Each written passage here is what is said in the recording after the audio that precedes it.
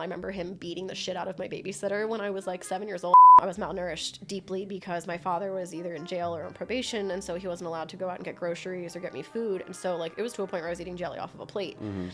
So when I was my mid-20s, I decided to take DMT for the first time. And I met and figured out that I had a split personality completely. God, not even a year of us dating. I want to say maybe 8 months. He was then diagnosed with stage 3 Ewing sarcoma, which is a bone cancer.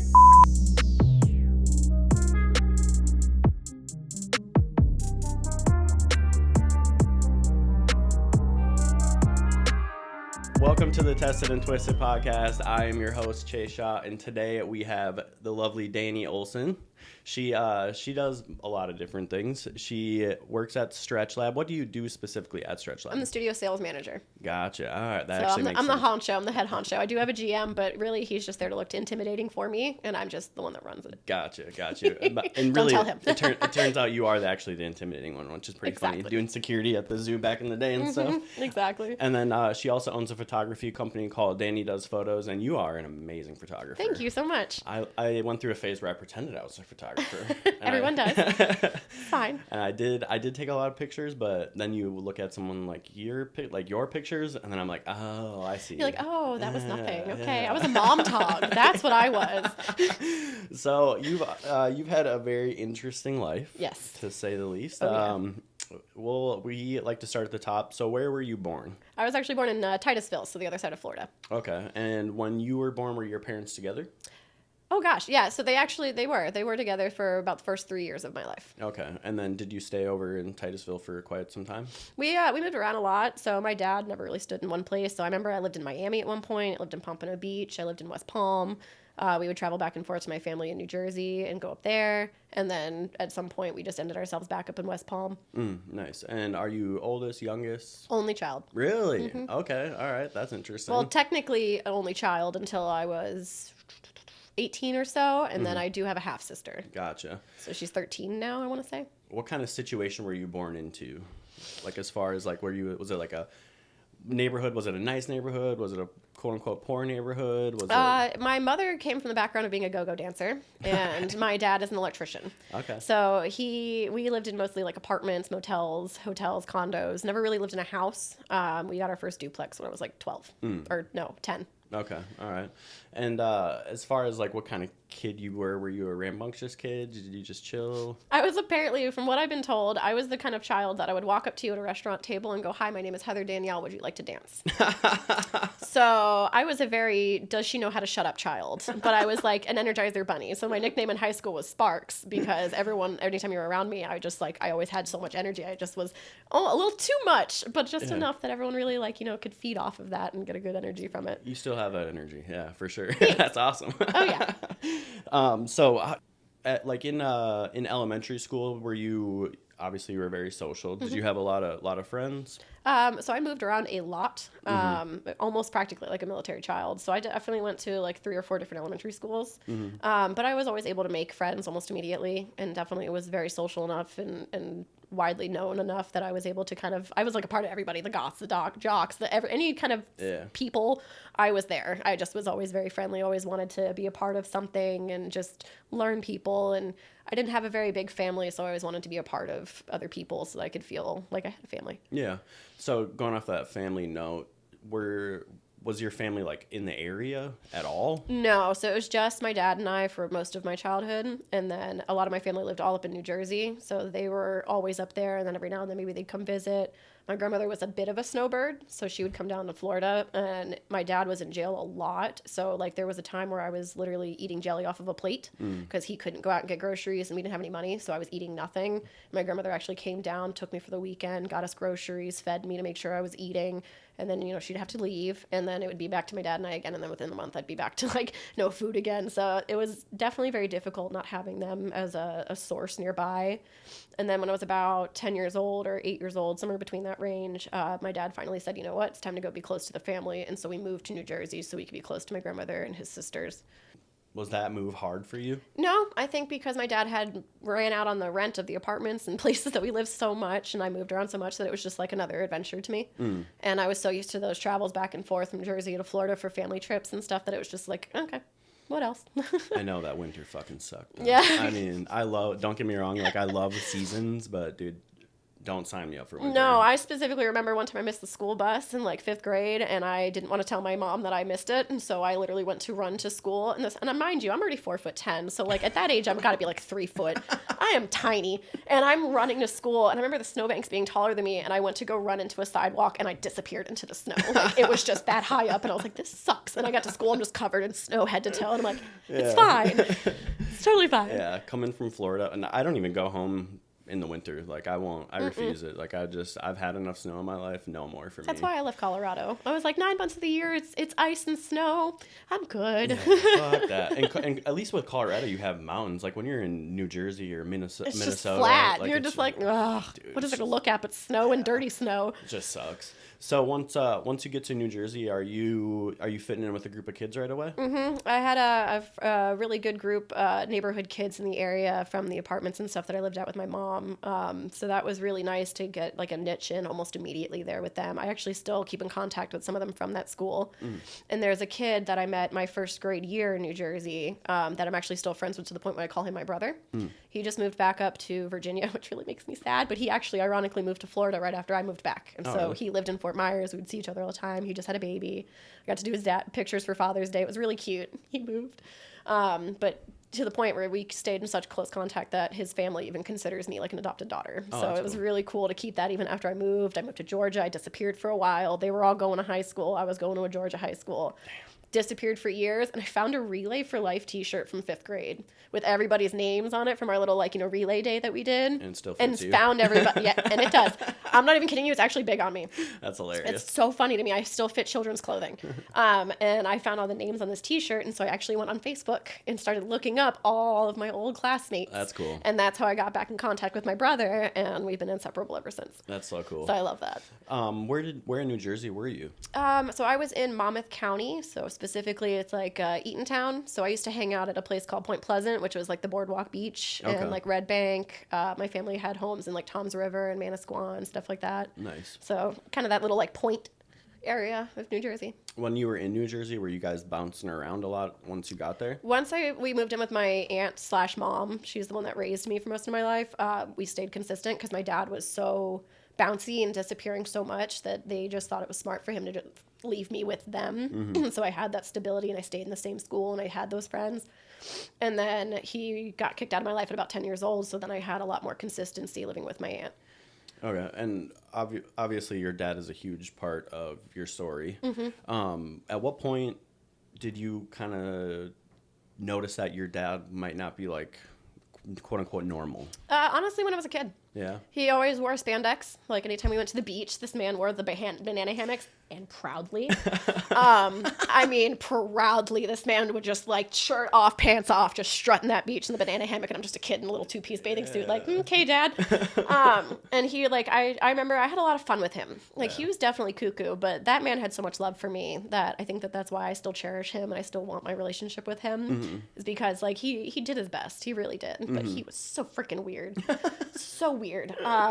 He's the reason I love Pearl Jam and metal music, so like can't get mad about that. Yeah. But like he definitely was not stable in the sense that like I knew that things weren't right when we were always running from house to house, or all of his friends that would come over were really weird and like not normal people you'd bring around children. Yeah. And like he had a really bad alcohol and drug problem, and I remember him beating the shit out of my babysitter when I was like 7 years old. I remember him coming back. He was in all leather. He came back from drinking. I don't know why this man was in all leather. I don't know if he went to a biker bar. I don't know if he was a personality that day.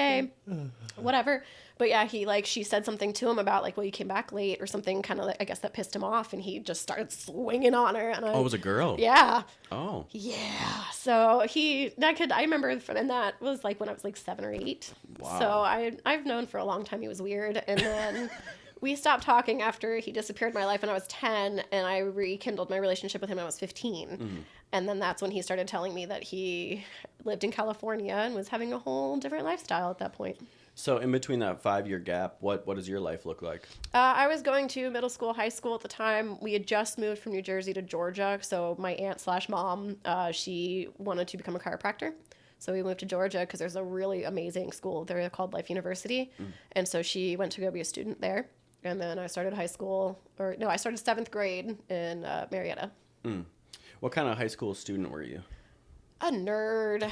Oh, such a nerd. I didn't study to save my life, but I was one of those kids that I just could memorize everything photographically. And so, like, anytime it was time for tests or study groups, the kids would scoot their desks closer to me, you know, like, what are the answers Danny has? And I was definitely a very odd fucking child. Like, I was always really weird. I only hung out with guys. I didn't really have any girlfriends. I got along better with the dudes. I was a bully. But I was picked on very deeply because I was the new kid again in middle school. So after getting picked on, I was like, okay, I got in a big fight when I was like 13. And ever since then, I never really was bothered since. That's so funny. And, I have a very similar story. Well, and then if you actually look up my middle school on Urban Dictionary, you will see that we have a thing called the cake incident. And so East Cobb Middle School, and people who see this will probably actually know about this story.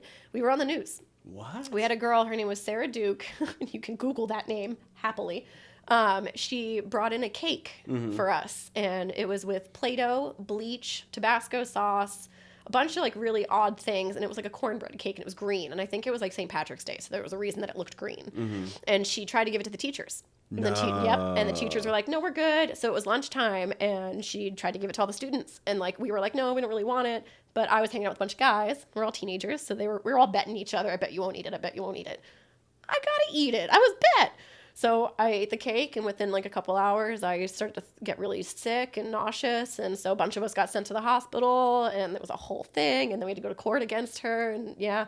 What? So Was she like? She was nuts. Like she had like one of those guardians in class that like she would literally like book it. Like she would just get up in the middle of class and just run out, and you'd be like, bye. Bye. Yeah. So like she had a guardian because she was off the wall, and so yeah. So the fact that any of us ate that cake was stupid in the first place. But yeah. How did you guys figure out what she put in it? After we all got sick and there were so many of us that were sent to the hospital, they had to do a test on the cake, and that's where they found out. Play-Doh. Bleach, Tabasco sauce. You're like, bleach? What the Yeah, and everyone's like the icing that was green definitely smelled like Play-Doh, and it was like a cornbread cake, so we were like, why are we eating?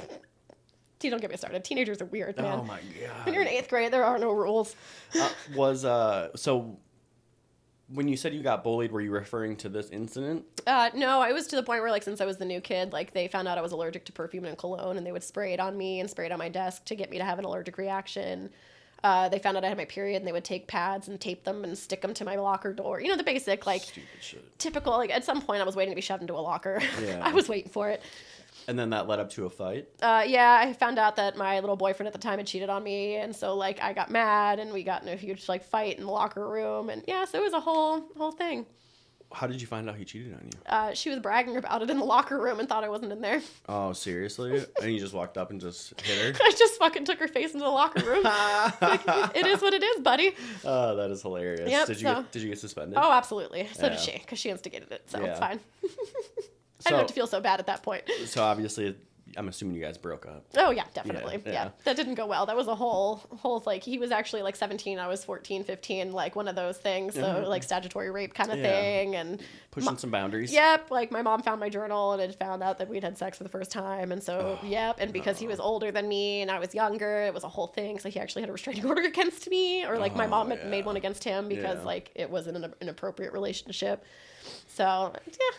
Very interesting in my youth, I tell you what. Yeah, that does sound very interesting. The cake thing, I mean... Yeah, you can literally Google it. East Cobb Middle School will pop up and tell you all about that whole incident. Oh, Play-Doh. Oh. Right? And I've always kind of wondered, because I'm an idiot, what Play-Doh tastes like. I'm always like, I wonder what that actually tastes like. Because, you always play with it. It tastes like it smells. Straight up, it just tastes like it smells. If you want to know what Play-Doh tastes like, it tastes like it smells.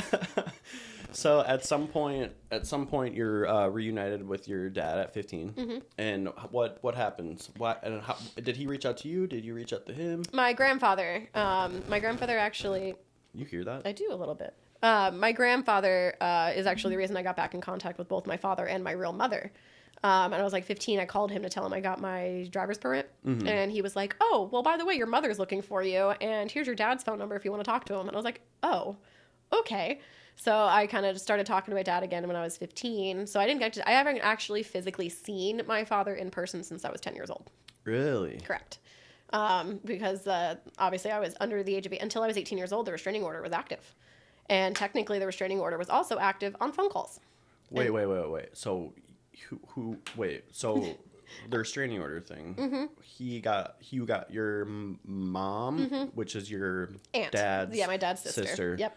Put a restraining order on your dad for you. Yep. Interesting. Yeah, so when I was about 10 years old, he drove me back we had been staying in Newark for a little while, and so he drove me back intoxicated. We got pulled over, and I was taken back to my aunt/mom's house, apartment, and they were pretty much just like, he has to go to jail, here's the kid. And so my mom was like, okay, this is it. Like, he's endangered my life too much.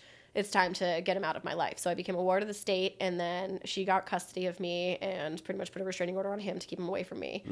And then... we moved to Georgia so she could be a chiropractor at life. And then that's when I was about 15 in high school when my grandfather had told me. So that's when I started calling him and talking to him. But we had found out because of this situation when I was 10 that I wasn't supposed to be. Yeah. So they were pretty much just like very upset that they had found out that I'd been speaking with him. And so I had actually stopped talking to him until I was about 17 when I moved away again. There's a lot of moving away. I moved a lot. Like, and then I moved away, and then I moved away. And then I moved here, and then I moved there. So like people are like, "Were you in the military?" And I'm like, "No." And then after a while, I just started going, "Yeah." I mean, it's just easier. It's just easier to explain it that way because people are like, "Wow, you moved a lot. Did you have family problems?" I'm like, "I don't want to get into that with you. You don't want to know." Like, we're at Target. We're at Target, ma'am. We're not talking about this right now. Do you want a bench? We need to sit down for 3 hours. Like, not a good idea. So, and it's been I started talking to him again, and then that's when I found out he was in California. And at that time, me and my mom at that time had issues, and so I decided to go live with my real mother. And at that time, I was still very young, and he was doing this documentary called The Lost Angels of Skid Row. And his director, Catherine Keener, actually reached out to me because they had to get legal permission to have me physically shown in the documentary because he had some pictures of me and wanted to talk about me. My family said no.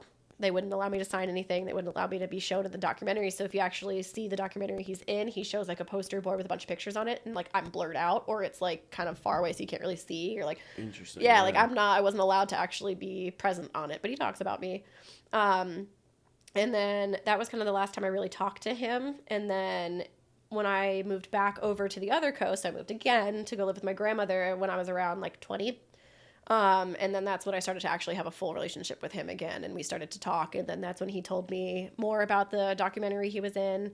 He told me he was in the movie The Soloist with Jamie Foxx and Robert Downey Jr. Oh, yeah. Yeah, he's actually at the beginning. There's a homeless ad at the beginning or before the movie starts, and that he's in. And then at the end of the movie, he's actually at the like Skid Row place dancing and celebrating with Jamie Foxx after he does his orchestral thing. He's actually he met Jamie Foxx. I have pictures and video, and you can actually look it up on YouTube of him at the red carpet for The Soloist with the director. And like he has a poster signed by everybody. He has pictures with Jamie Foxx and Robert. And I'm like, oh my God, by proxy, I know them. That's cool. That's super cool. Yeah, so he did those two things. And then that's when he told me he actually was trans. And he got surgery done to get boobs. And he's got all this stuff. And I was like, good on you, buddy. Do your thing.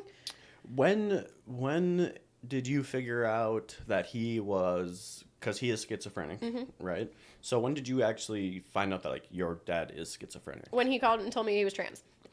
So he pretty much was just like I had kind of known from my family telling me, but they never did anything to get him like diagnosed. They were just like, he's nuts, he's a bad kid, this is what happened. And I'm like, okay, well that's schizophrenia. Yeah, I'm not maybe stupid. He needs some help. Yeah, I'm like, maybe you should have actually helped him instead of shame him during his childhood.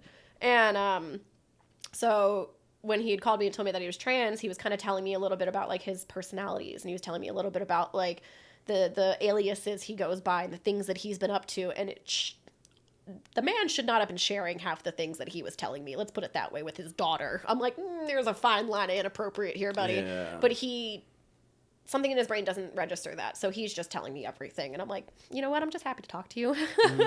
And yeah, so that's kind of how I found out that like he really did have these things. And he was telling me, he's like, he straight up told me, he's like, I've got schizophrenia. I have HIV. He's like, I've got something else going on. And like, he's got a bunch of other medical problems and things going on health wise. But the problem too is he's a very beautiful storyteller. So what do I actually know to believe as well?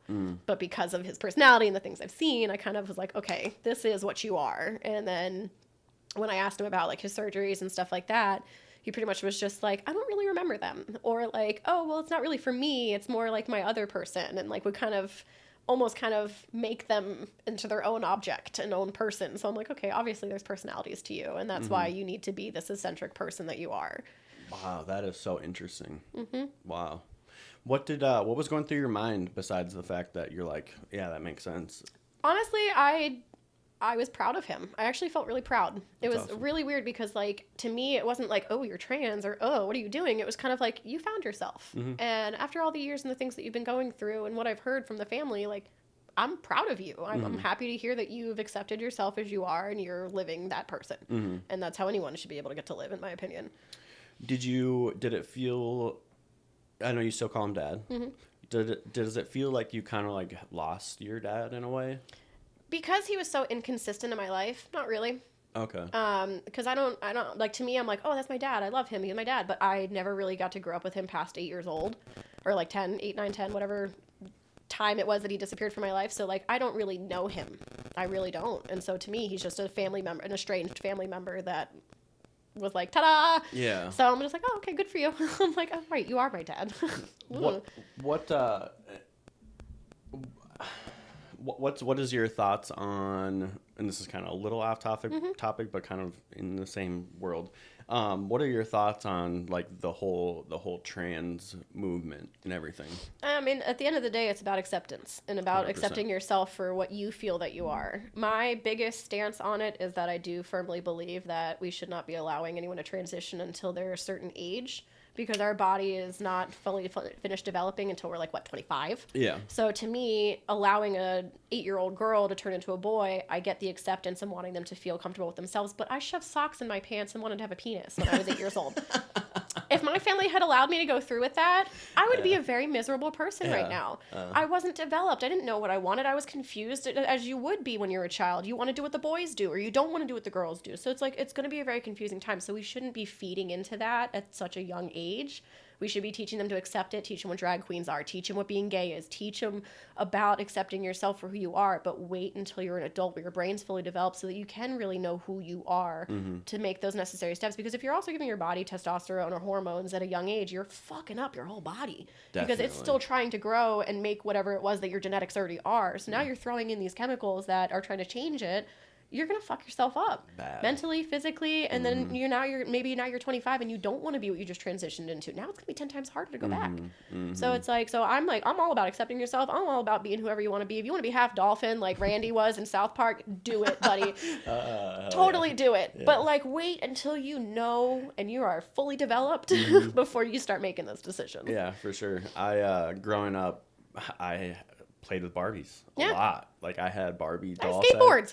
I had all these things, right? And I think about now I really like blonde girls, and and it's just like, you know what I mean. So it's like, if my parents would have been some of the parents, a very small percentage of parents these days, they might have fucking been like, this dude wants to be this or that. And it's like, that would have been devastating, because I am definitely not a girl. And if I would have went and made some surgical choices before you could really even decide or know who you were. Yeah. And I mean, this isn't a fucking political podcast or anything. I'm just curious, you know. I actually just had this conversation the other day at work. I'm like, we try to keep politics out of work, but it was just kind of like a very loose kind of conversation. And I had said the same exact thing. And they're like, you're actually kind of not wrong on that. I'm like, yeah, do what you got to do whatever you want to do. But wait until your body's developed physically first and mentally, and then go do whatever the hell you want. Yeah, I mean, I just think that I think exactly the same. Everything that you just said is exactly where I'm at. Like, I'm all for, dude, I don't care if you're gay. I don't care what the fuck you do, to be honest with you. You have amphibian. Let's go. I genuinely don't care what anyone in this world does, but I feel like once you start introducing kids into the situation, the dynamic changes, and like, someone's got to be there to be like, bro. Yeah, like, let the kids watch drag shows. Let the kids show up to Trump rallies. Let the kids do whatever the heck the parents are doing. That's fine. But like, once you start changing their body chemistry and you're letting them change that mentality like that before they even know who they are as a person, you're testing some really fine waters there. Yeah, for sure. So going back to your father, what does he refer to himself as? He's kind of told me she. He's told me he. He says you can call me dad. So I'm just like, okay, you just tell me who you're feeling that day. Interesting. He kind of goes with the whole they, them, he, she. I think it just depends on which personality he's kind of triggered into that day and how he's feeling. And you said you were how old when this happened? I found out he was down that road when I was about 15, 16. Okay. And after that, what between your guys' relationship, you guys are staying in contact? You said you guys are still growing your relationship. Everything's fine for the most part? Yeah, I would check in with him as much as I could, and I would always, like, I'd try to keep whatever phone number he had, which he broke his phones and would lose phone numbers. Like, I've never heard someone lose phones like this man does. And somehow he memorized my grandfather's and my phone. So he would always call us to check in here and there. It wasn't very consistent. Sometimes it was like 3 times in a week. Sometimes it was 3 times in a year. And most of the time it was for like birthdays or holidays or his birthday, because his birthday is on Father's Day. So that's fun. I get drunk and watch his documentary every Father's Day. I have problems. Daddy issues. But so like my grandpa, actually this year, my grandfather always gets called on his birthday. And he's like, have you heard from me? And he goes, have you heard from your father? And I'm like, no, Grandpa. And he lives in Pennsylvania. He's very New York and very north. And I'm like, no, I haven't heard from him. He's like, okay, well, I'm worried. And I'm like, okay. And so then I actually posted on Facebook. I was like, hi, friends. I'm like, I know one of you fuckers is in California. Someone help me share this. This is my dad. This is who he is. I'm trying to find him. I just want to know if he's dead or if he's alive, because my grandfather thought he found an obituary. So I was like, I'm having problems right now mentally with this. Yeah. I need to at least know if he's dead or alive. So we found out he's in the LA Men's Central Jail. He got a felony for some mental thing. So he probably lost his marbles in some public place. And now he's in a mental health homing system or whatever in the jail. So we haven't heard from him in over a year. But at least we were able to find out that he's there and he's safe and he's alive. Yeah, so that's key, knowing that he's alive, right? Yeah, and I found out like there's like a visiting phone number and an address to like send commissary and mail to. So at some point here, when I get the balls to, I'm going to send him some money and send him a note and just tell him that he's okay. Like, that I love him and that I hope he's okay, and to give me a call when he's out or whenever he can. If you get that information soon, well, I don't want to put your dad's info out there, but I was going to say if you get that information soon, maybe we could say something on the podcast, and if someone wants to come and donate money, maybe they could donate it to you and then you could donate. So we'll figure out something. But. Yeah, because especially with him being trans and he's in like a mental facility at the LA Men's Central Jail, like I definitely know that that's going to be very stressful for him, and he's probably not doing very well. Yeah. Especially because mental stuff, like that's hard to really facilitate someone with mental stuff like that, and you're having gender things. So it's like now you don't know where to put them and you want them to be harmed. I'm terrified he's in the back men's shower like just not getting to have fun. So I'm definitely wanting to try to like look out for him, because the only thing I've seen so far is they like schedule your visit, and I'm like, well, I don't live in California, so how do I do that? Yeah, well, at least you got a reason to go take a vacation. So, and I haven't seen him since I was 10 years old. So eventually, I do actually want to get out to California. I want to take someone with me because he is a bit unstable. But I do want to get to see him again, because I don't know how his health is, even with his stories and his fabrications. It's hard to tell if he really is going to be around much longer, and I feel I need that closure to just see him one more time, like in person. When he calls you, does he FaceTime you or just call you? He just calls. And he's usually very like odd, and he talks about the most random things, and half the time I can't understand what he's saying, because I can't tell if he's fucked up or if it's just from the years of abuse. The years of abuse, drug abuse? Drug abuse, heroin, coke, crack. They found multiple drugs in his car at the time when he lost custody of me and he had disappeared to jail. They went through his truck and found like women's underwear and like a bunch of hard drugs in there. So he's been a habitual, and then alcohol, really bad alcoholic. So the history of that I'm sure hasn't helped. And then of course being in a homeless area, if that's something that you can get access to as easily and you're on the street, I'm sure he's not exactly stopping those habits either. Oh, it's super scary, man. You just know like the fentanyl is everywhere now, and it's just like if he goes to jail and then he comes out and he goes back to that. Exactly. Recipe for disaster. Exactly. So that's why like when I found out he was missing, I panicked, because I was just like, oh fuck, did he die from drugs? Did he die from alcohol? Did something happen to him? Like I was just like, I need to know. So glad that he's alive, but I definitely want to talk to him and figure out why he's in there. Has he been in California this whole time? For at least the last 15 years. Okay. And was he homeless this whole time, do you know? From what I understand, at least since back then, he's been in and out of housing, and he gets like the special housing or the Skid Row housing, and like kind of he does not have the ability to keep himself stable very well.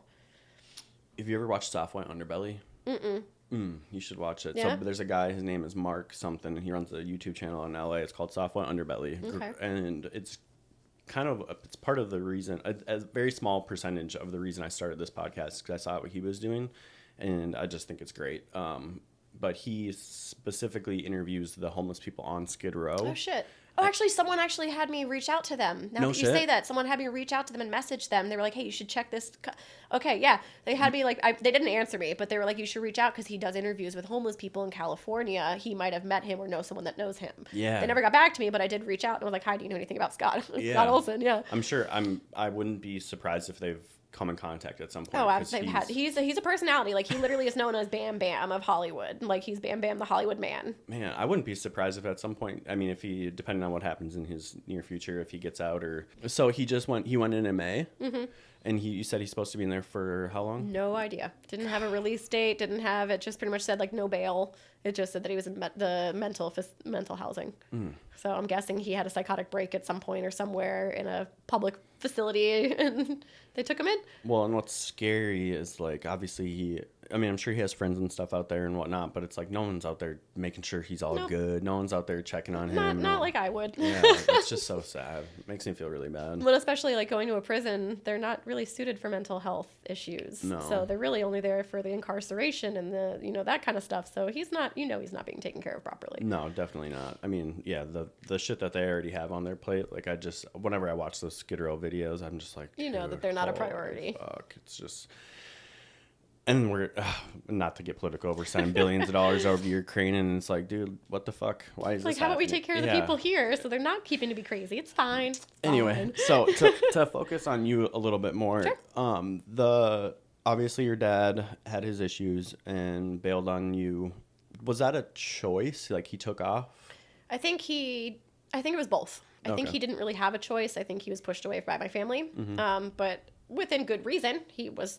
So the incident that happened when I was 10 years old, after he'd come back after we had gotten pulled over from him driving me back drunk, I don't know if it was like a day later, weeks later, I don't remember the timeline, but he came back to the apartment and was like in a rage. So at that time I was living with my aunt / my mom, the one who raised me. It was her sister, her boyfriend, and me. My dad had come back and he was like, I guess drunk or high or something.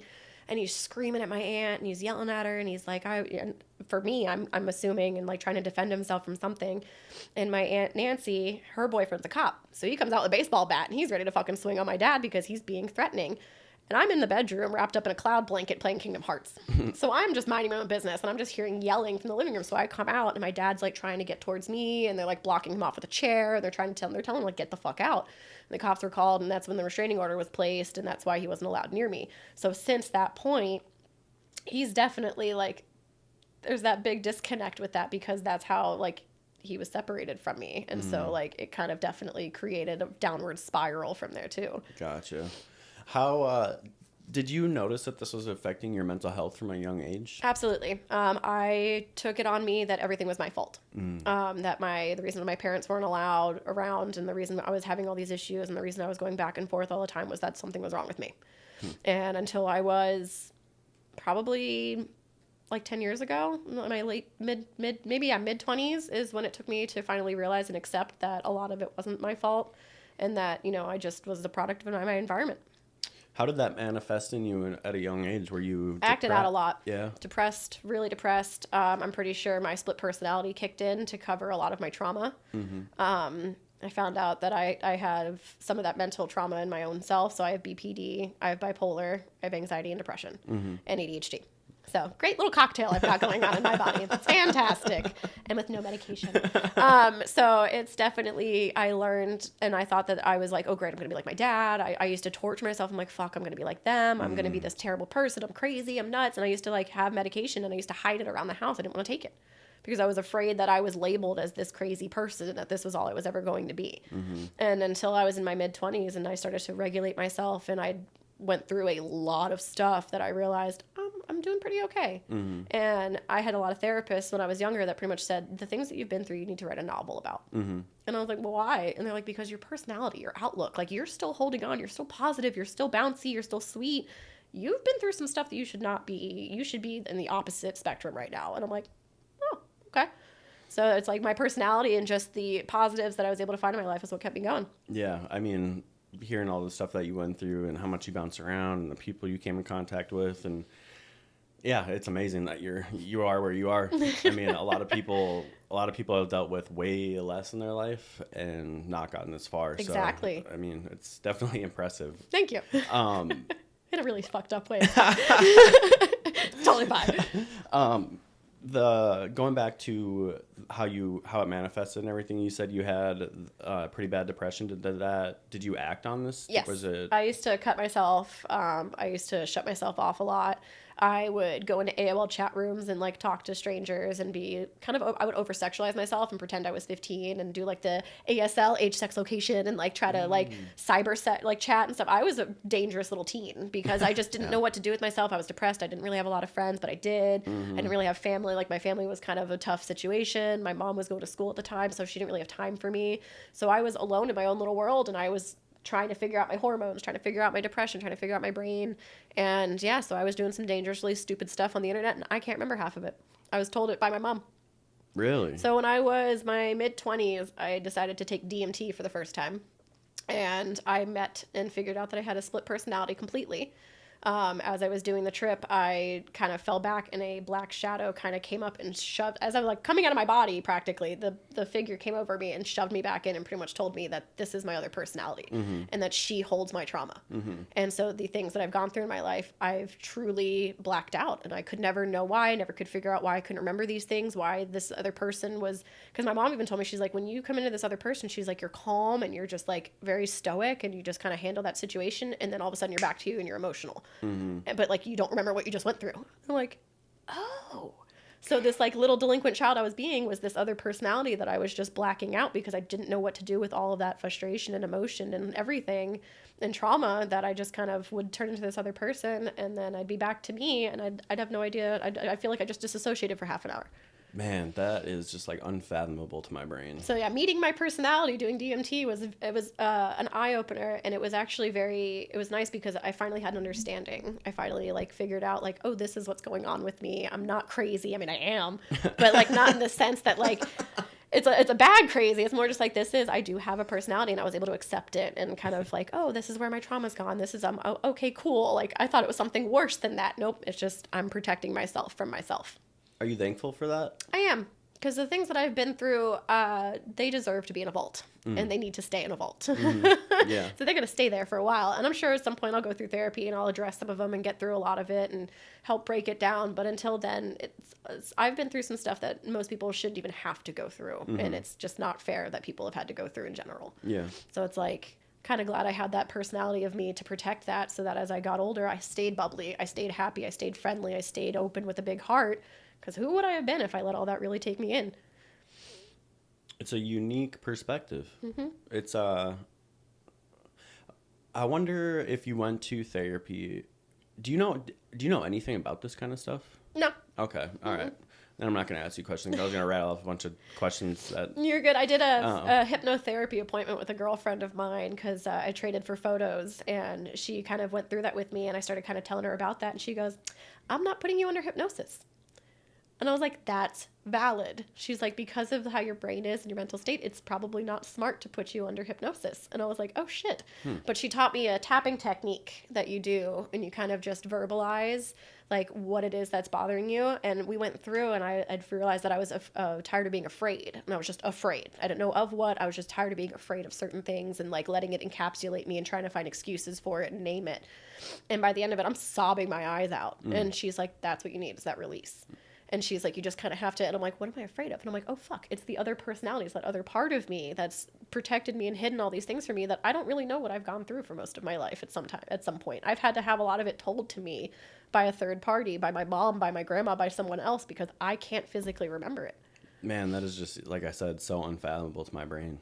Wow, that is just, the brain is just so powerful, and what it can do to just protect you is just mind-blowing. The defense mechanisms that your brain come up with, now I understand why chameleons can change colors and octopuses disappear, and you know what I mean? Like, I'm like, okay, we get it.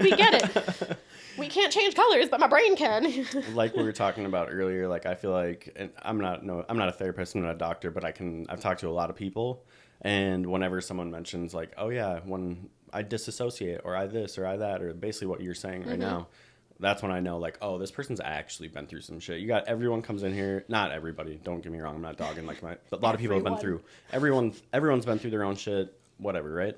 But when someone comes in here and says that, you're like, oh, fuck, like, that's you actually heavy. had to get a defense mechanism in your brain that you've been through some shit if you have to have that. That's different. Like, we've all been depressed, and we've all had issues, but, like, that's, like, another level. Yep. And it's just very interesting to me. And it's cool that our brain can do that, you know, because like I'm thankful for it, yeah. honestly. And like I said, I don't know who the person I would be if I actually carried all of that and held on to and remembered a lot of the things that I went through. Because I've been homeless, I've been moved around my whole life, I've been abused by boyfriends and past people in my life, sexually and physically. I've seen some stuff. I used to sell weed, black market wise. So like I've definitely seen some stuff, and being homeless was the biggest one for me that really opened my eyes the most. That was definitely a journey for sure. Were you going through therapy when you were a child? Yes. Like that 10 to 15? What were you guys focusing on? My past. A lot of Okay. the trauma. I remember specifically the therapist that I had a lot of eating issues. I was malnourished deeply because my father was either in jail or on probation, and so he wasn't allowed to go out and get groceries or get me food. And so like it was to a point where I was eating jelly off of a plate. And so like me being at that point and starving all the time and not really eating, it definitely gave me a lot of issues with my mental health. Your body is not getting the nutrients it needs. So as I got older, I was very picky. I could barely eat half meals. It was like hot dogs, hamburgers, chicken nuggets, like the basic stuff you hear kids eat now, but I was 15 eating that.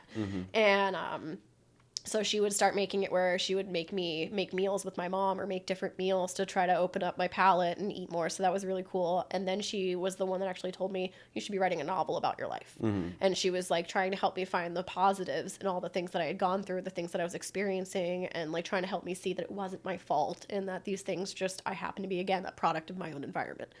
And that, I couldn't take the responsibility of my parents having their fuck ups, and that, like the personality and the bubbliness I had was something to be cherished because she had met so many children who'd been through the same situation, if not worse, or even not as worse, and they were in a hole and they're depressed and they're not doing well, and you don't think they're going to make it until their 20s, and then she's like, meanwhile, I feel like you are just this sweet, bubbly, wonderful human being, and then you tell me your story and I don't understand how you've been through that. And I'm like, thank you, split personality. And you didn't realize you had a split personality when you were going through this therapy, so she didn't even know about that, right? I didn't know until I did the DMT experience, truly. Because I always wondered, like, why don't I remember this stuff? What's going on with me? What it is? And I used to joke because I had heard my dad was schizophrenic lightly, so I always used to be like, oh, I'm probably the same issue as my dad. And then when I had that DMT experience and I saw that other personality and felt the way that I had felt, I was like, oh, that's my brain. That is my other half of me. Do DMT, guys. No, I'm just kidding. Open up your minds.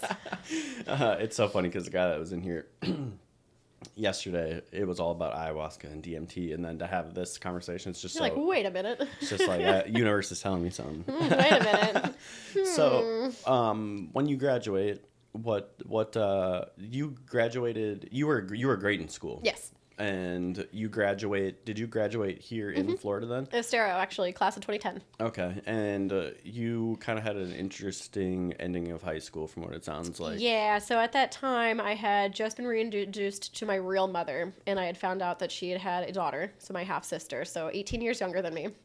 Very interesting age gap, let me tell you what.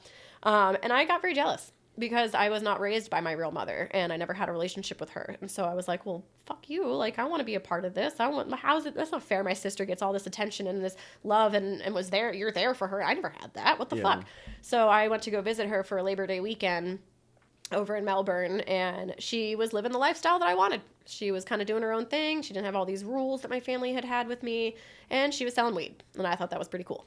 So I literally came back to my grandmother's that weekend, packed my entire car. I had a little baby Chevy Aveo, like hatchback. I don't know how the hell I fit all this shit in this car. Put everything I owned in it, and then drove back over to the other coast and started to live with her. And that's when I went a little nuts.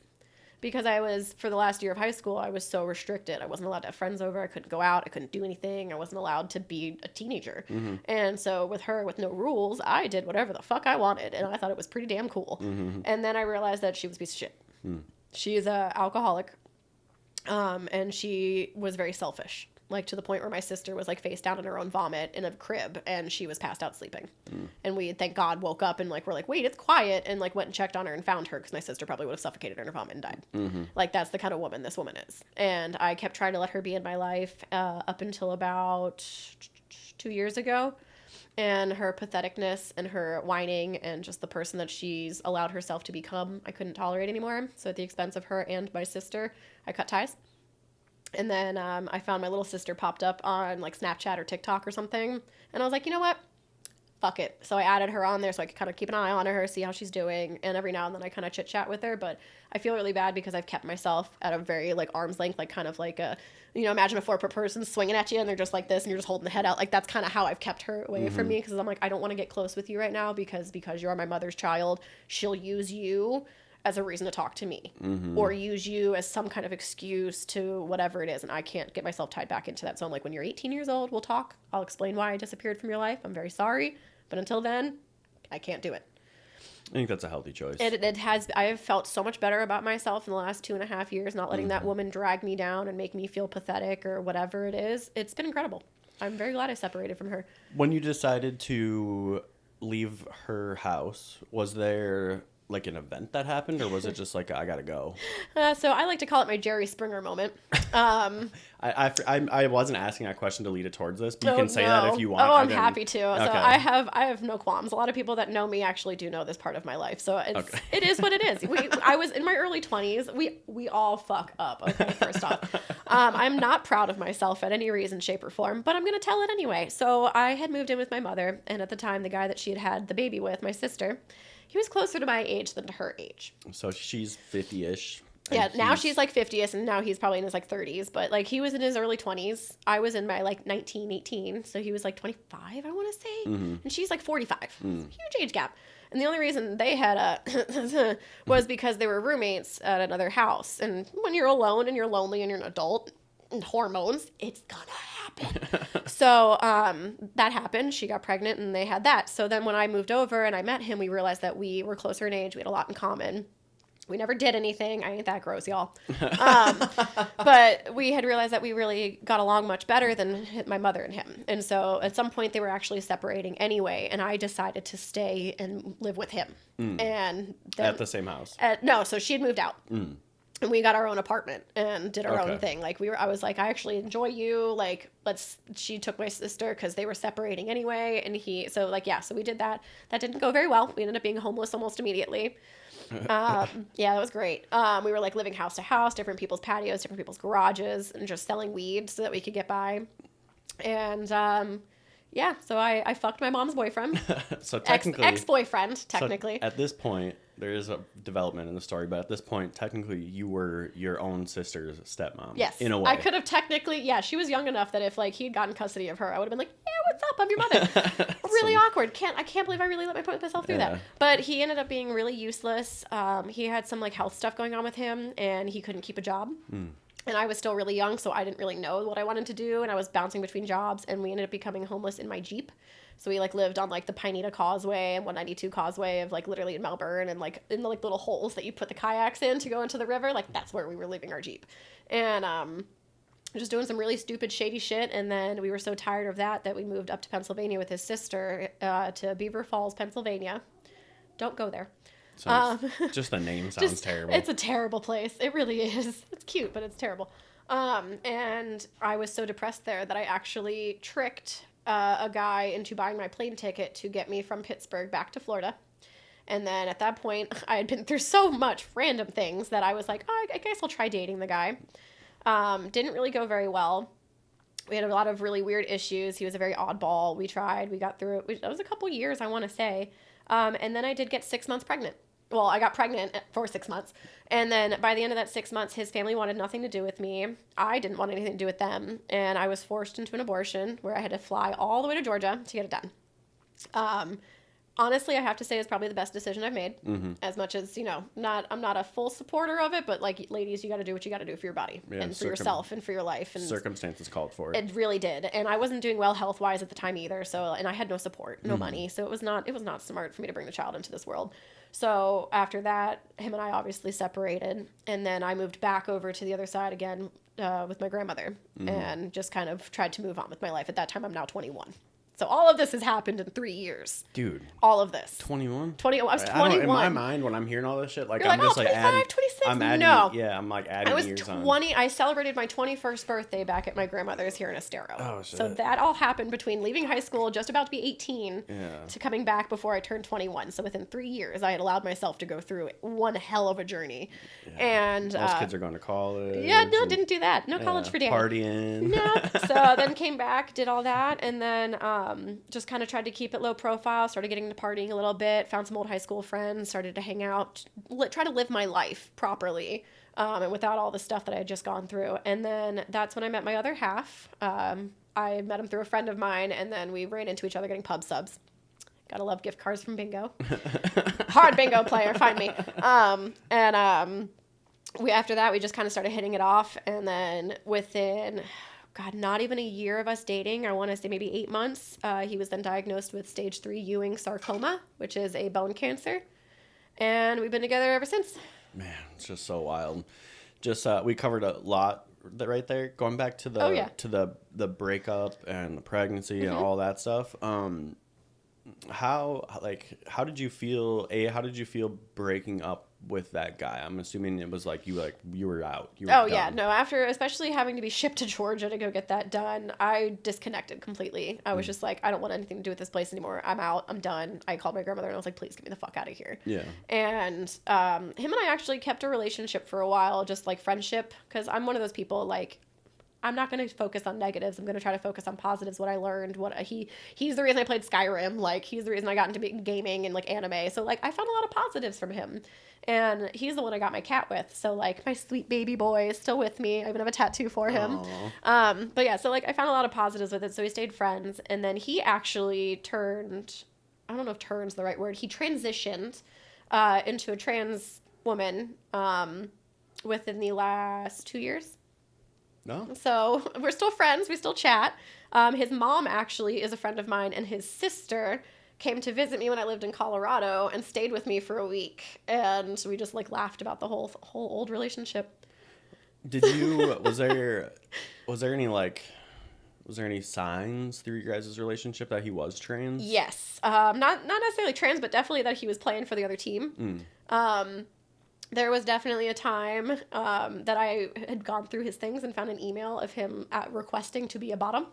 So if anyone knows what that is, you can figure that out on your own. So after I found that out, it was a very interesting conversation with him. But I was also in a stage of my life where like I felt trapped and I couldn't really go anywhere and do anything, and I had no leg to stand on. So I kind of was like, well, we'll move past it.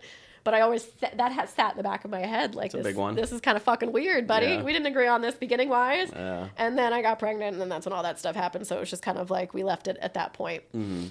And then with the abortion, did you, again, I think I agree with you. I think that was definitely the right choice. Was there any like lingering feelings? I imagine that you went through some shit after doing that. Yeah, it definitely was traumatizing. Thank God for that other personality of mine in the back of my head, because it definitely protected me from a lot of what I should have experienced with that. But I kind of feel like I came out stronger.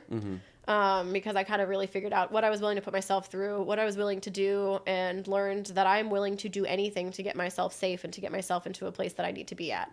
And so it was kind of freeing, because I kind of like, it was like stepping into my next stage of like, this is who I am and this is what I'm willing to go through after now having gone through this and what I want to put myself through ever again. Yeah. Yeah. I think, like you said, I think that was definitely the right choice. I think there's a lot of people who have very strong emotional reactions to the word abortion in general, and they're like, I believe this and I believe that, but I don't know. Personally, I just don't think that kids should be brought into the world unless their circumstances are made for it, you know, because that's how you end up with kids in foster care. That's how you end up with kids who, like you mentioned earlier, are surviving, not living a life, and it's just super unfair. And like, yeah, I get it, taking the life and and all this and whatnot. It's like we already have a high homeless population and a high orphan population. We don't need to be adding more, and especially if you like, why put yourself through that if you know you can't provide that life you need to be able to provide? Yeah, and if you can barely provide it for yourself, it's like people are like, well, then you shouldn't have sex. We all know that is not a realistic expectation in this universe. No. We are humans. We are animals. It's just in us biologically to bone. Yeah, and it's gonna happen.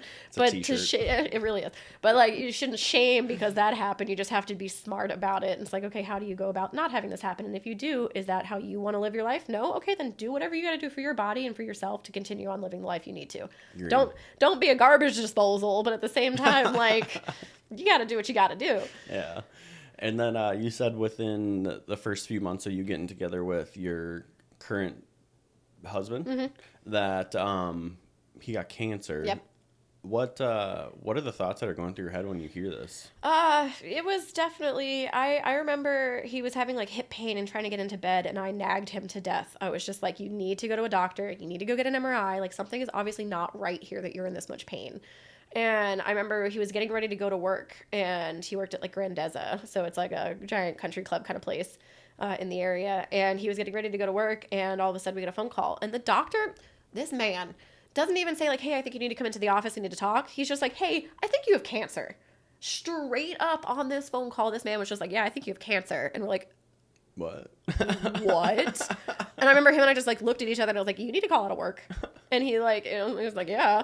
So then like over the next couple of days, it was like, well, we need to go do like a biopsy, make sure for sure it is cancer, go make sure that this is actually a mass, blah, blah, blah. And I just remember being terrified. And my biggest thought was, I'm going to be here to help him because the maternal instincts of the mom in me, it's just, I've always been the mom friend, always been good at it. I was just like, well, I'm not going to abandon this person, even if we are just beginning dating. I want to be here for him. So I stayed for all of his clinical trials and all of his cancer stuff, and he beat cancer. He's got a cadaver bone in his iliac and his hip, and I call it the shark bite because it's this giant scar that goes across his back. They had him open for 10 to 12 hours. I sat at the Moffitt Hospital in Tampa. And then, yeah, he had to relearn how to walk and do everything, but he's been in remission, I want to say, about 6 years now. And the interesting thing that didn't get mentioned is that at the very beginning, he had to do a lot of this at the Children's Hospital. Yep. We stayed at Golisano's Children's Hospital for all of his treatment. So he was on a clinical trial, which we got very lucky for because the insurance was able to cover it, and it was a little bit something we could actually do. Mm-hmm. No radiation, all chemo. But we were on the 3rd or 4th floor of the oncology ward, so we were the only adults. So it was all children. It was to a point where I remember the first week we were in the hospital, I was laying in the hospital bed with him, and the nurses came in and they're like, get off the bed, like being really mean to me. And I'm like, what are you doing? And they're like, you can't be here. And I'm like, ma'am, I pay his bills. I pay his rent. His name's on my lease. What do you mean I can't be laying in the hospital bed with him? And they're like, oh, you're an adult. Mm-hmm. Oh, sorry, we're used to dealing with children. And I was like, what do you mean? Yeah, it doesn't help that you're 4'11". Yeah, exactly. So I definitely look like a teenager. So like, yeah. And then I started to realize what they meant because as I had free time sitting at the hospital while he's going through treatments, I walked up and down the halls and everyone in there was at least under 10 years old. Oh, it's just so you're sad. Hearing children crying, children laughing and giggling. And I'm just like, you're going to die next week. Oh, so Holy sad. Shit. Holy but the nurses shit. were incredible. Like for anybody that ever has to take their kids to Golisano's to give birth or to regrettably any child cancers, the staff there was amazing. Like to the point where we had this one nurse, her name was Nurse Joy, and that like kills me because I'm a huge Pokemon fan. So like the fact her name was Nurse Joy, I was like, holy shit, this is great. And I loved it. And I used to sneak weed into Andrew during his chemo appointments because he was actually losing weight. Like, I thought he was going to die. I was panicking. I was like, I don't know what to do. And we had a friend that lived in Washington that was working with herbs and had gotten us RSO. So RSO is Rick Simpson oil. And it's a high concentrate. I don't know, I'm probably totally butchering it exactly what scientifically it is, but it's pretty much like concentrated THC or like the exact like medicinal part of the plant. And you put it under your tongue and you let it absorb like a sublingual. And that I swear personally that's what saved his life. No because shit. He started to eat, he started to get color back, he started to gain weight again. I started smuggling in weed with like the little paper towel where you shove like the Febreze into it. But this Nurse Joy, I'm circling back. This Nurse Joy, I swear to God, she must have known that I was getting him high because I was always baked too, being in the hospital room because like I gotta be there. So she would literally walk in and just be like, do you want a toasted Pop-Tart? And I'm just like, yeah. Like, she must have known. But they, like, after a point, I remember bringing up to them, like, I was making him weed, right? They're like, but he's gaining weight. Yeah, he's eating. He's alive. Like, he wasn't 2 weeks ago. He wasn't doing well. Like, so, like, that's all that mattered to them. So, like, they just kind of, like, pretended they didn't. I swear they just pretended they didn't know anything. Because, like, how could you not know? Coming in there, my eyes are half closed. I'm just going, hi. Right. It just smells like weed everywhere. Can I get a Pop-Tart? Like, it still smelled like weed in that hospital room. So, yeah. So, but they were amazing. And I think that between his good personality and the way the nurses were treating us, and I mean, I was there every single night, staying every night possible that I could be there. So I think that between all of that and his personality, he kicked its ass. Hell yeah, that's amazing. Isn't it funny how we think that, like, that little smoke buddy thing? Yeah. Like, it does its job, kind of, right? But, like, come on, dude. No. Like, you're smelling a hint of weed with Febreze. Yeah. Obviously, you just used the sploosh. And you're, like, 13 years old and you're smoking in your parents' house thinking you're getting away with it. Oh, and yeah. Your parents are just like, this dumb motherfucker. Like, how do I smell weed and Febreze? Yeah. That's so crazy. You did mention Colorado at some point. When did that happen? So we were here living in Florida, in Naples specifically. I worked for the Naples Zoo for a while, and so Hurricane Irma hit. And after Hurricane Irma hit, Naples Zoo was exceptionally flooded, completely destroyed. We were closed indefinitely. Like, until we can figure out when we can get all this stuff fixed, we were closed. So we were working there, and I actually slipped a disc moving a giant log in the hyena exhibit. Don't do that. And from there, I couldn't do my job anymore. And he was, an ex-cancer patient. He couldn't really help so much, so he couldn't really do his job. And so we were like, okay, we're miserable. The houses are all messed up. Everything's destroyed from Irma. What the fuck do we do? So we had a couple friends living in Colorado, and he's like, well, I want to go to Colorado. And I'm like, well, hell yeah, I want to go to Colorado. There's free weed. There's legal weed. Like, let's go. Yes, that was definitely a motivating factor. And at that time, I was starting to take wildlife pictures. So I was like, ooh, Colorado wildlife, let's go. So we moved out there with 2 of his old roommates and stayed out there for about 3 years. And then I blossomed in my wildlife and landscape photography and started doing, making my business. I started photographing people more and doing stuff like that. And then after a couple winters and realizing we are not built for the snow, I missed my family, and I found out my mom was moving down here to Florida with my grandmother, and so we moved back so that we could be back with our families. Terrible decision, but. And when you say your mother, you're talking about your aunt. Gotcha. Yeah, I don't really associate with that woman at all. And my aunt and I, we look identical. We laugh the same. We literally are the same person. So she's a doctor of chiropractic. All of her friends call me Mini Doc. Awesome. Because they're like, she's literally a carbon copy of you. And I'm like, it's so easy to be like, that's my mom. They're like, oh, okay. They don't even question it. So it's just so much easier to just be like, this is my mom. Yeah, that's awesome. In Colorado, what were you doing for work? So first I was a nanny, and then I was a concierge for a high rise outside of Denver. That was a very interesting job. 33-story, 2-part concierge called the Country Club Towers. And it was literally these 2 giant towers just right outside Denver, and they overlooked. And it was actually really cool because I would sneak onto the roof and take pictures. Hell yeah. So I have some really cool pictures of the Denver skyline. And then after that, I decided to start working for dispensary. And actually, no, I went back to Office Max. So I worked at Office Max for a couple years. I'm a print department lead and did all that stuff for a while. And then I realized I hated that job again. Yeah. And then I started working for a dispensary. And what's really cool is the dispensary, it was called Seed and Smith. And I tell everyone about this place because they actually do tours in the dispensary. So you can actually go in and they'll show you the grow rooms where the products are made, where the packaging is done. So I worked at the front as a bud tender, or more of a receptionist than the bud tenders. And then I would check your IDs and get you in. And then I progressed to the back where I did packaging. So I got to sit there with this big giant glass pie tin of just pure concentrated weed. And I'd get to scoop it into jars. And I would just literally put my phone up. And I had watched the whole Marvel Cinematic Universe in a week. Hell yeah. Because I just 8 hours. I'm sitting there just rolling up joints or fucking packing little bowls or the grams of concentrate. And I'm just... Did they let you smoke at work? Not legally, but we all definitely would take joints and blunts outside on our breaks and get really high in the cars or outside. Yeah, especially when it's legal in Colorado, you're kind of like, there's a fine line we can get away with. I always wondered, because every time I would go specifically to the ones in Colorado, because right when they got recreationally legal, right? Yeah. Recreationally legal. I went out there for the something cup. Okay. Do you know what I'm talking Cannabis about? cup? Cannabis cup. Mm-hmm. Yeah, I went out there in 2010. And I just remember going into dispensaries and stuff, and I'm like, oh, these motherfuckers are high, and it's just that was a sick job. It really is, because you smoke your product, you get to talk about your product. And what I loved about it was that it wasn't just come in and buy weed. I was making it my duty, and because I have endometriosis, I've got mental stuff, I wanted to know how to get weed in my body without smoking it all the time. What are these other ways? Dude, I found out that there was a suppository that you can put up your hoo-ha so that it helps with endometriosis pain, or people who have Crohn's disease or have those shoved up your ass, dude. Yeah. It helped because it was all CBD and THC. I had bath salts that I was obsessed with that were THC, CBD, and I would take a bath and all my cramps would be gone. My whole body wouldn't hurt. So I learned all of these different products so I could help people in an actual medical way, and learned about CBN, learned about CBD, learned about THCA, THCB. There's all these different things that I personally took on to learn because I wanted to help people learn how to feel better. And then getting to like go into the actual back of it and like learning the packaging and how all that worked was really cool too, because I'm seeing it broke down and I'm seeing it and I'm like, this is the coolest thing ever.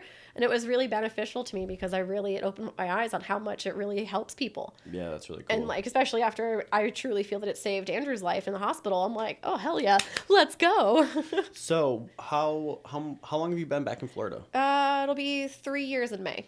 And what's your life looked like since then? Kind of bounced around a little bit. As soon as I moved back, I actually started working for a company called Crave Culinaire. And he's actually a local, Brian Rowland. He's a local chef in Naples especially. He owns Crave Culinaire. He's actually like served to like Neil deGrasse Tyson and like Judge Judy and shit. Like this guy is so cool. He's amazing because when Andrew was going through cancer, Brian hadn't really started Crave yet, and he was doing like the Taste of Naples and stuff. So we would show up to support him, and he was so sweet because he actually knew Andrew from like working as a chef somewhere else a long time ago. And as soon as I moved back, he's like, "Oh, I need a server." I was like, "Well, I need a job." This man didn't even make me interview. He literally just like messaged his boss and he's like, "Here's your new employee." And I was like, yeah. "Okay." So I did the restaurant stuff for that amount of time, and then I realized my body couldn't physically handle working at a restaurant. Just too much on my knees, too much on my body. I couldn't deal with it. Not the stress of the job, but the stress on my body. Mm-hmm. So I had to step away, and I found Stretch Lab, and I've been there ever since. So for people that don't know what Stretch Lab is, can you explain that? Absolutely. I would love to get anybody into. So we are a one-on-one assisted stretching facility. So you come in and it's a giant room of just like 8 benches, and you get to work one-on-one with a personalized person. They're called flexologists. Mm-hmm. And they literally will stretch you by doing what's called a PNF stretch. And I should know the damn word at this point, but it's a mouthful. But what it is, it's a contract and release. And so like this is the flex and this is you. And they're going to push against a certain body part, and you're going to resist them for a couple of seconds, and then you let go, and then it opens up that area. Well, then they're going to do that PNF one more time. You're going to do that contract and release, and it opens up those areas more. So you're opening up those muscles. You're getting mobility, flexibility. So you get a lot of people that come in that like golf, pickleball, tennis. We're helping with your swing. We're helping you with after the game, so you're not feeling sore. I had like an 8-year-old figure skater that was coming in for competitions. Mm-hmm. I have a girl who does like Irish dance that comes in. I'm like, you're Irish dance? I'm like, what the fuck? But like, it's really cool because it's like seeing these kids come in. I had clients come in that couldn't even reach down and put their sock on. And then I would like help them put the socks on. And then after a while, they're like, I'm like, what the fuck is this? And they're like, we don't need you anymore. I got it. And I was like, yay. So that's why I've stayed at Stretch Lab, is because I love seeing people feel better. And my mom's a chiropractor, and those go hand in hand. So I'm like, well, I do yoga. I stretch. I like getting my body adjusted. So I'm a really good advocate to getting these people to come in and stretch with us. Mm-hmm. And it's kind of cool. I like seeing it. It's interesting. I'm seeing a common theme throughout your life. You just genuinely like taking care of people, helping people. Yep. That's cool. I mean, that's what this podcast is literally all about, just trying to help people. Well, and that's why I'm a photographer. A lot of my life was missing when I was younger, and my mom did a good job trying to photograph as much as she could, but there's still so many pieces missing, and there's people in my life that are missing that I don't even know what the fuck they look like. Mm-hmm. And as I started getting older, there's actually this tattoo right here, was dedicated to, I call her Mama Morris. Miss Suzanne passed away on us about maybe 2 years ago now. Sense of time loses me. But she had liver cancer and she passed. Mm. She was a special needs, like, golf lady. She worked, like, she was a teacher, sweetest person in the world. I still don't understand to this day why she's gone from us. I took one of the last pictures she was in. Mm. And I was able to present that at her funeral. Mm. That was a huge deal to me. Mm-hmm. And so it's like, if I hadn't taken that picture, what would have been the last picture we would have had at her truly good moment? Mm-hmm. And it's just like, and that's why I'm a photographer. It's keeping these memories, making a seamless story for people. I'm doing a wedding on the 16th. I 1,000% undersold myself. Mm-hmm. And I don't care. Mm-hmm. I like making the money. I know that I need to make the money. Let's be real. I should be making so much more than what I offered. But I told her, I was like, you're paying me for my editing time and my programs that I'm using. You're not paying for me my time to be there. You're not paying for me to meet and greet all these people. I love photographing. Mm-hmm. I like to meet people. I like to share stories. I like to capture these moments. I like being social. The only time I'm going to charge you for is how much I have to stare at that goddamn computer screen. Yeah. So like people are like, wow, you're really cheap. But I'm like, but I am and I'm not, because I'm making sure you're getting those candid moments. The zoo taught me well on getting that. So like, I'm really good on making sure that you're getting that moment. And I feel so good about that and getting to be a part of it with you. Mm-hmm. I don't care about charging you for that. Yeah. So it's like, I'm only doing a wedding. I'm doing a 5-6 hour wedding for $850. If half the photographers I knew in my life heard that, they would slap me. They'd be like, Danny, what the fuck are you doing? Yeah, that's super cheap. It is. Mm-hmm. But like, she was telling me, she's like, it's 60 people. I don't want befores. I don't want this. I don't want that. I just want really at the ceremony and blah, blah, blah. She's also a client from one of my Naples studios, daughter. Mm. And I love the client. So I was like, oh, you get a discount because she referred you. Like, that's really cool to me that she thought of you and liked me so much that she wanted me to photograph her daughter's wedding. Mm-hmm. So I threw that discount in too because I was like, well, I'm enjoying this. This is sweet for me. And you're going to refer me. You're going to talk about me. Word of mouth is insane how wonderful it is. Mm-hmm. So to me doing this out of my kindness or me doing this extra for you, or like I offer to a lot of small businesses in the area to trade. So I don't make them pay. I'm like, hey, do you need headshots? You want to show off your business? What do you offer? Oh, you do facials? Cool. Can I get a facial? Sick. I'll get you a free photo session. So then like that way we're helping each other. We're creating that rapport. And then they're going to go, oh, hey, Danny, so-and-so needs pictures. Would you go help them? Well, now I've just made another client. So to me, that's fine. I'm happy to give you that free session or to work with you because now I've made friends. I've made connections. I can say, hey, you're doing this event. Can I come photograph it for this much or for these items? And they'd be like, okay. Yeah, people sleep on word of mouth. I mean, it's the best marketing, and it's free. And trading, man. Yeah. Trading is, we forget that that's what this country and everything else is started on. Yeah. Barter system, man. Yeah, definitely. I straight up barter. That my tattoo artist, I haven't paid for, sorry, Marilyn, I haven't paid for a tattoo in a hot minute. And she offers, she's like, I'll pay you for your photo sessions. And I'm like, no, put it to my tab. I don't want to pay. I want to pay for this. Just so you know, I'm 100% stealing your tattoo idea. That's okay. Totally do it. Yeah. Polaroids, guys, if you haven't thought of it. That is such a sick idea. Yeah. So this picture specifically is the view I had from where I lived in Colorado. And this was the moon on the night that the morning me and my other half eloped in Colorado. Damn, so sick. And then the little semicolon because I was a very emo child. Very emo. Still go to emo night. If y'all are looking for an emo night, I got you.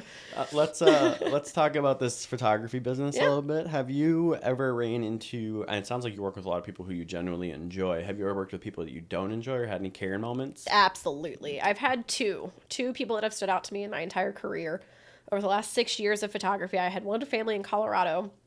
The whole time the kids were being assholes. And I mean that truly.